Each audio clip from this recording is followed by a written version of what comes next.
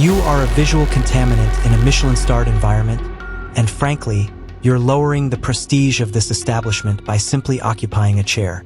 This table is for patrons of pedigree, not for someone who looks like they're waiting for a food bank to open. Stand up before I have the busboys carry you out like the refuse you are.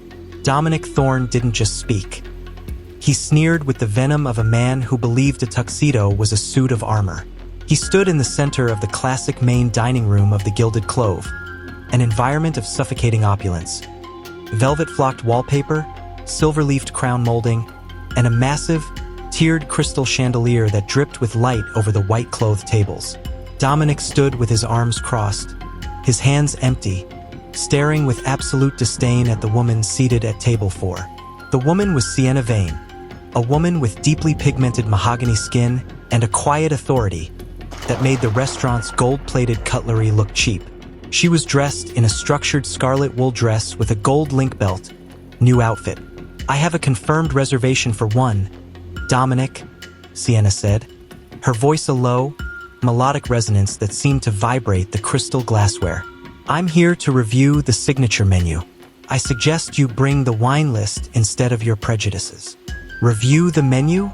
Dominic laughed, his voice rising in a calculated escalation of disdain. "Look at this room. Look at the people in it. Do you see anyone else here who looks like they've spent their life consuming luxury rather than providing it? You're a seating error in a red dress. You don't belong at a table. You belong in the scullery. Security, remove this error before the real guests lose their appetites." The dining room didn't fall silent. It filled with the sharp, jagged laughter of the surrounding elite. A man in a silk smoking jacket leaned over from the adjacent table, smirking at Sienna with high society disdain. "Honestly, Dominic," the man laughed, swirling a glass of $500 an ounce Burgundy. "She's very committed to the role. Reviewing the menu. Maybe she's the new dishwasher testing the seat comfort? Someone should tell her that the Gilded Clove is for the architects of taste, not for the commoners who can't pronounce the vintage." The woman beside him joined in, pointing a manicured finger at Sienna's scarlet dress. "I'll give her $50 to go clean the spill in the ladies' room. She looks like she's built for the manual labor anyway. Go on, Dominic, clear the floor before the atmosphere becomes public." 12 people in the background were ostensibly minding their business, cutting into their Wagyu beef or sipping champagne, but 8 others were acting as active witnesses, leaning in to catch every second of the humiliation with judgmental grins. "Thanks for the support. We couldn't do this without you. Subscribe for free to help us keep bringing you more stories. Where are you watching from? Drop your city and country in the comments." Now, back to the story. Dominic, emboldened by the social jury, took the escalation to its peak. In a moment of raw, unposed physical aggression, he didn't just point. He grabbed Sienna's water glass and dumped the ice and water onto her lap, then reached for the wall-mounted phone and dialed the police, shouting into the receiver. "Yes, I have an aggressive trespasser at the Gilded Clove," Dominic hissed, his face twisted in a mask of vicious mockery. "She's making threats and refusing to leave. Send an officer to remove this blemish immediately." The laughter in the restaurant was a physical weight. Sienna didn't cry. She didn't scream. She slowly stood up, the water dripping from her scarlet wool dress, her eyes meeting Dominic's with a coldness that caused the kitchen's heat to vanish. "You've spent your life thinking a reservation book makes you the master of the house, Dominic?" Sienna whispered, the coldness in her tone causing the witnesses' laughter to die instantly. "But you forgot that a restaurant is just a lease, and I am the one who owns the holding company that grants it. You didn't just call the police. You just assaulted the chairwoman of Vane Hospitality, the group that owns this chain and the very ground it sits on. And as of this second, I've decided to shut you down forever." The sirens of the arriving police cruisers wailed outside the heavy oak doors, sounding the death knell for the Gilded Clove. 2 officers rushed into the dining room, their boots clicking on the polished parquet floor. Dominic Thorne stood with a triumphant, twisted grin, pointing a trembling finger at Sienna Vane as she stood by her wet chair. "That's her. Arrest her for trespassing and disturbing the peace, Dominic shouted, his voice cracking with the strain of his own malice. The lead officer approached, but he stopped 3 feet from Sienna, his eyes widening as he recognized the woman in the structured scarlet wool dress. He didn't reach for his handcuffs. He removed his hat.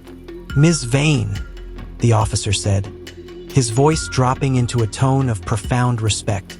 "We received a call about a suspicious intruder. I assume there's been a catastrophic mistake on the caller's part." "The only mistake, officer, was Mr. Thorne's belief that he could use your department as his personal enforcement for a hate crime," Sienna said, her melodic resonance filling the classic dining room. She gestured to the ice still melting on her gold link belt. "He decided that my presence was a contaminant. So, I've decided to decontaminate the entire brand." The silence in the restaurant was now a physical vacuum. The man in the silk smoking jacket, the one who had mocked Sienna's pronunciation, dropped his silver fork, the clatter echoing like a gunshot.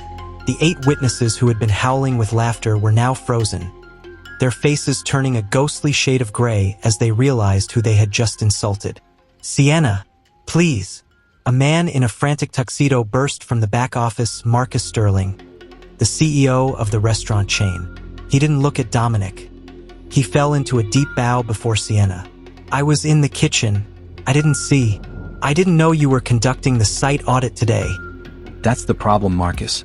You only see what you think is pedigree," Sienna countered, her quiet authority silencing the room. "Dominic here feels that this table is for architects of taste. Well, since I am the architect of his entire career, I'm pulling the blueprints. I'm triggering the moral infraction clause in our master lease. This location is closed, effective immediately. And the other 24 restaurants in the chain? They are to be shuttered by midnight for a total cultural liquidation." "No," Dominic gasped, falling against a mahogany pillar. "You can't shut down the whole chain because of one table." "I can and I will," Sienna replied, her eyes like cold flint. "You used my brand to bully. Now you'll be the face of its bankruptcy.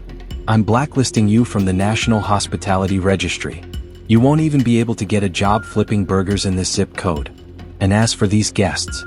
Sienna swept her gaze over the 8 witnesses. "Marcus, identify every person who laughed. Their VIP memberships are revoked. Their standing reservations at any Vane-owned property worldwide are cancelled. If they want to eat, they can try the food bank Dominic was so fond of mentioning." The 8 witnesses scrambled for the exit, their faces masks of deep, irreversible regret. The man in the smoking jacket tried to cover his face with a napkin as he was ushered out. "Officer," Sienna said, turning back to the police, "I want to file formal charges for assault. Mr. Thorne's service was a bit too physical today." As the police let a sobbing Dominic Thorne out in handcuffs, the 12 people who had been minding their business watched in stony silence.